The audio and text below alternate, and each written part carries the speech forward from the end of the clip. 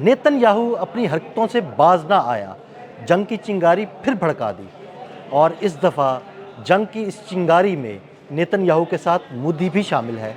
मामला क्या है, आमिर रज़ा से बात करते हैं। आमिर भाई, कैसा अजीब इंसान है, वो अपनी हरकतों से बाज ही नहीं आ रहा नेतन्याहू, और इस दफ़ा मोदी भी उसके साथ शामिल है। देखिए, पहली बात तो यह है कि ये दोनों जो हैं हनूद और यहूद, ये क़यामत तक इन्होंने बाज नहीं आना। आपको भी पता है, मुझे भी पता है। फिर अगर मैं कहूँ तो आपको ग़ज़वा हिंद का पता है, और उसको ग़ज़वा क्यों कहा जाता है ये भी उसकी ग़ज़वा। प्रेडिक्शन जो है हज़ूर अकरम सल्लल्लाहु अलैहि वसल्लम ने अब आप की मुझे थी। बताएं कि ग़ज़वा वो होता है जिसमें नबी करीम सल्लल्लाहु अलैहि वसल्लम जो हैं वो शरीक होते हैं, उसको ग़ज़वा बोला जाता है ना। तो ये रूहानी तौर पर उनकी जानिब से जो प्रेडिक्शन थी ये मुकम्मल होनी है, और इन पर आखिरकार जो है मुसलमानों ने और पाकिस्तानियों ने जो है गलबा पाना ही पाना है, और पूरा हिंदुस्तान जो है ये इस्लाम की रोशनी से मुनव्वर होगा। ये जो हमारे यहाँ पर बादशाही निज़ाम रहा है, जिसको हम कहते हैं कि मुसलमान बादशाह थे, असल में तो उन्होंने बादशाही की, इस्लामी निज़ाम उन्होंने नाफिज नहीं किया था, ना मुसलमान किया लोगों को। वो जो किया औलिया कराम ने किया, बात और तरफ चली जाएगी। आप बात कर रहे हैं यहूद की और हनूद की, और इनका बहुत बड़ा गठजोड़ है। देखिए, जब पाकिस्तान अमन मुज़ाकरात के लिए सामने आया था तो मोदी दोबारा से नेतन्याहू के राब्ते में गया कि ये पाकिस्तान जो है मेरी सियासत को भी तबाह कर रहा है, और मैं आपसे कह रहा था कि नेतन्याहू की सियासत तबाह नहीं है, मोदी की सियासत तबाह नहीं है, और डोनाल्ड ट्रंप की सियासत तबाह नहीं है। अच्छा, ये दोबारा से गए तो उन्होंने कहा कि इसको तंग किया जाए, तो फिर एक प्रॉक्सी जो है अफ़गानिस्तान की तरफ से शुरू की गई। शुक्र अल्हम्दुलिल्लाह, पाकिस्तान ने अपनी बेहतरीन हिकमत अमली से उसको वो कहते हैं nip the evil into the bird, वो बर्ड से उसको ये जड़ से पकड़ लिया, और इंडियंस जो प्रॉक्सी थी उसको अफ़गानिस्तान में मारा। इजरायली प्रॉक्सी जो कि इंडिया है उसको इस तरफ अपनी सरहदें मजबूत की, ताकि अमन की राह में ना इस तरफ से मशरक़ की तरफ से ना मगरब की तरफ से कोई भी जो है दरअंदाजी जो है वो ना हो। और ये मजबूत करने के बाद पाकिस्तान ने इस पीस प्रोसेस को देखें, जो लोग पाकिस्तान की इस पूरी एफर्ट को सिर्फ फ़ोन कॉल्स की नज़र में देख रहे हैं, शायद वो भूल रहे हैं कि पाकिस्तान ने इससे पहले स्ट्रेटजिकली क्या कुछ किया है। सबसे पहले पाकिस्तान की आवाम को महफूज बनाया है। ऐसे ही है। इस जंग में, ये जो मिडल ईस्ट की जंग थी, इसमें पाकिस्तान का हर लम्हे इन्वॉल्व होना जो था वो नज़र आता था। आप और मैं वीलॉग पे कहा नहीं कहा, लेकिन प्राइवेट गुफ्तगू में हम दोनों ये इस बात पे थे कि यार कहीं पाकिस्तान को इन्वॉल्व होना पड़ सकता है। हमारी गुफ्तगू आपस में रही है कि ईरान के साथ किसी तरह पाकिस्तान को इस जंग से महफूज रहना चाहिए। ईरान के साथ हमारी सरहद मिलती है, और दिल मिलते हैं सऊदी अरब के साथ। अब दोनों तरफ हमारा रिश्ता ऐसा था जिसको हम इग्नोर नहीं कर सकते, और दोनों तरफ जंग जो थी वो नज़र आ रही थी। अब वो ये किया है, एक तरफ पाकिस्तान ने इस अमन प्रोसेस को चले 15 दिन के लिए ही सही, 2 हफ्तों के लिए सही, शुरू तो किया, इनिशिएट तो कर दिया। यानी इन 15 दिनों में मुज़ाकरात होंगे, 10 अप्रैल को मुज़ाकरात हैं। अब नेतन्याहू की तरफ से ये बयान आया है कि हम लेबनान में जंग बंद नहीं करेंगे। देखें, ये एक प्रॉक्सी वॉर है। लेबनान के अंदर हिजबुल्लाह काम करती है under the umbrella of Iran, और उसको प्रोटेक्शन हासिल है एक तरफ यमन में हौजियों की, और फिर हमास की, और फिर इराक़ में जो मलेशिया इनकी मौजूद है उसकी। अब ये सारी जो हैं प्रॉक्सीज़ ये ईरान के कंट्रोल में हैं, यानी ईरान के मदद से ये जारी हैं। जंग उनकी अपनी है, हिजबुल्लाह की अपनी जंग है, ईरान की जंग नहीं है। वो लेबनान को बचाने की जंग है। शरारत ये की कि ईरान के साथ जंग बंदी है 15 दिन की, तो मैं लेबनान में जंग जारी रखूँगा।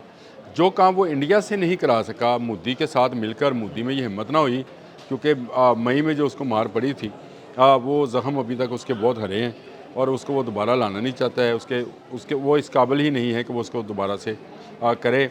अफ़गानिस्तान की तरफ से एक शरारत की गई, क्योंकि वो पैसे के लोग थे, उनको डॉलर्स दिखाए गए, वो इस तरफ आने को तैयार हो गए, दबा दिया, उसको भी दबा दिया। अब ये लेबनान की तरफ जाना चाहता है। लेबनान में आमिर भाई इसको बड़ी मार पड़ रही है, कई मरवाका टैंक इसके तबाह हो चुके हैं। कल हमने बात की थी, इसका एक हेलीकॉप्टर तबाह किया है। नहीं, मैं बताता हूँ। देखें, पहली बात तो यह है कि उसको मार पड़ी है, लेकिन जंग तो जारी है। हाँ, जंग जारी है। अब आप मुझे ये बताएं ना, अब इस पूरी ईरान अमेरिका जंग में आप अगर इसको स्टडी करेंगे तो आपको नज़र आएगा IDF आपको सिर्फ लेबनान में लड़ती हुई नज़र आई है, ईरान में लड़ती हुई नज़र नहीं आई है। वहाँ पर जहाज ईरान में लड़े हैं वो अमेरिकन फौजी लड़े हैं जी, अमेरिका के वो ब्यूटीफुल आर्मेडा। वैसे अब तो मजाक नहीं करना चाहिए, डोनाल्ड ट्रंप भी भाई ने मानेंगे नहीं। ये ब्यूटीफुल आर्मेडा जो थे अमेरिका के थे भाई, ये F-18 अमेरिका का था, ये F-35 जो 2 गिरे हैं ये अमेरिकन थे। जो पायलट ढूंढना था पहाड़ों के अंदर से, वो पायलट भी अमेरिकन था। वो टार्जन का बच्चा जो पहाड़ों में छुपा रहा और उसको टॉम क्रूज का बच्चा ढूंढता रहा। टॉम क्रूज का बच्चा। हाँ, वो ढूंढता रहा। तो ये सारे का सारा जो था ये मामला वहाँ पर अमेरिका और ईरान के दरमियान में था। इजराइल उसमें सिर्फ पैसा इन्वेस्ट कर रहा था या वो शय दे रहा था। अब लेबनान में उसकी बराह रास्त जंग है और ये जंग में मैं ये समझता हूँ कि ये चिंगारी, आपने बिल्कुल सही लफ्ज़ बोला कि ये चिंगारी इसलिए है, ईरान मदद को आएगा हिजबुल्लाह की, इजराइल को मार पड़ रही है तो मदद को कौन आएगा? अमेरिका। तो अमेरिका और ईरान फिर मध्य मुकाबला आ जाएंगे। ये है नेतन्याहू की वो और मोदी की वो घिनौनी सोच। ये तो साजिश है आमिर भाई पूरी कि दुनिया में अमन हो ही ना। देखिए ये शाम का जो खत्ता है जिसमें फ़लस्तीन है, ये शाम जिसको मुल्क शाम कहा जाता है ना, ये आज का शाम सीरिया नहीं है, ये तो 1945 में बना है जाके, जब दूसरी जंग अज़ीम के बाद। मतलब माजी की अगर आप बात करें तो ये बड़ा खित्ता था। एक जब नबी करीम सल्लल्लाहु अलैहि वसल्लम का दौर था, जो कुरान में अर्ज़ शाम कहा गया है, उस शाम में ये आज का लेबनान, शाम, यमन, उसमें फ़लस्तीन और उसमें इज़राइल शामिल है। ये वो मालिक हैं जो इसमें शामिल हैं। उसमें और भी एक दो इलाके हो तो मुझे उसका अंदाज़ा नहीं है। ये वो पूरा मुल्क शाम कहलाता है जिसका कुरान में भी जिक्र है कि इसमें हमने बरकत रखी है। ये पूरा इलाका है और इस पूरे इलाके ने ही जंग की हकीमी रखना है, यानी यहाँ पर ही आर्मगेडन होनी है, यहीं पर तीसरी आलमी जंग होनी है, यहाँ पर ही ये जंग जारी रहनी है जिसका मैं अक्सर जिक्र किया करता हूँ। लेकिन इस वक्त इज़राइल इस बात का मौजब बन रहा है कि वो ये जंग जारी रखे इस इलाके में, लेबनान के इलाके में, ताकि ये जंग जो है आगे बढ़े। अमेरिका मेरी मदद को आए, ईरान हिजबुल्लाह की मदद को आए, तो मैं जंग को वसी कर सकूँ और अपना वो जो प्लान उसका ग्रेटर इज़राइल का है उसको मैं पाया तकमील तक पहुँचा सकूँ। तो ये एक आपको इस नज़र से देखना चाहिए कि इस वक्त जब आपने हरमज़ खुल गई है, मैं अभी वो नक्शा देख रहा था जहाँ से जहाज़ों की जो है दोबारा से शुरू हो गई है और एक ऐसे पॉइंट पर आ गए हैं कि दोनों तरफ से ही ये माहिदा मुझे समझ आ रहा है कि अमेरिका इसमें से आउट है। आपने हरमज़ से, मैं आपको अभी बता रहा हूँ, ये जो माहिदा बन रहा है इसमें ईरान के साथ अमान जो है वो आपने हरमज़ के कंट्रोल में आएगा। बिल्कुल ठीक है, एक तरफ अमान है, एक तरफ ईरान है। तो ये जो वहाँ से टैक्स वसूल किया जाएगा, अमान अपनी जगह से टैक्स वसूल करेगा, ईरान अपनी जगह से टैक्स वसूल करेगा। आपने हरमज़ पर कंट्रोल उसका रहना है। लेकिन ये प्रॉक्सीज़ वार जो हैं ये दोबारा इस जंग की को भड़का सकती हैं।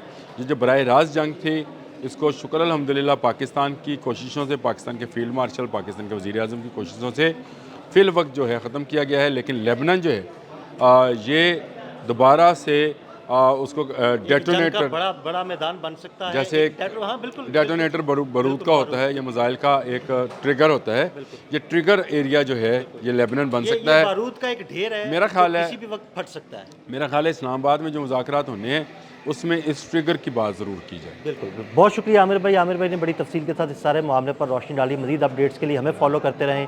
अदील अहमद और आमिर रज़ा को इजाज़त दीजिएगा। अल्लाह हाफ़िज़।